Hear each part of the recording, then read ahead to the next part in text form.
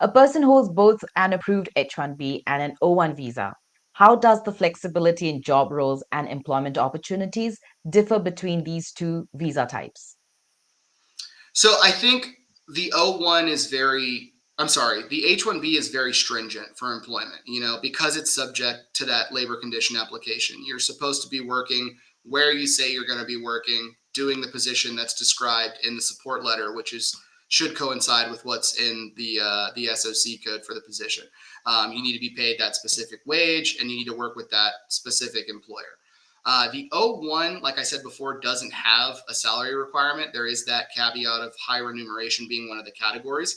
But I think because of that, you have more flexibility with the salary in the O-1.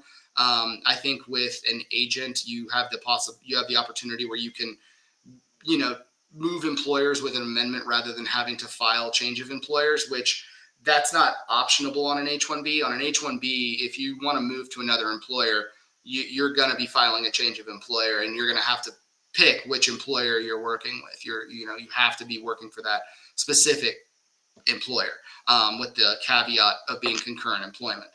So I do think that the O-1 is more flexible. I also think that there is categorically more you have more of an ability to structure a position in a specific way, a uniquely specific way that tailors to what the person's doing for that O-1. Obviously it still has to satisfy requirements, but I don't think with that position you're not subject to SOC codes, really.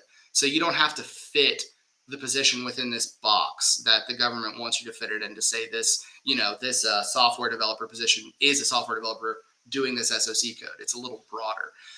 So I think that with the O-1, it's a little more broad with your flexibility for the types of position that you're doing. Now, as I said before, the caveat to it is the O-1 can only be extended in 1-year increments.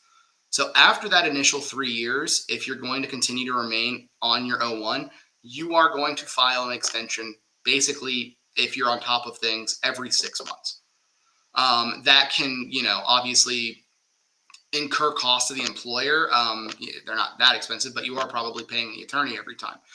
So that's something, whereas with the H-1B, if you have that approved I-140, you're just stacking extensions in 3-year increments.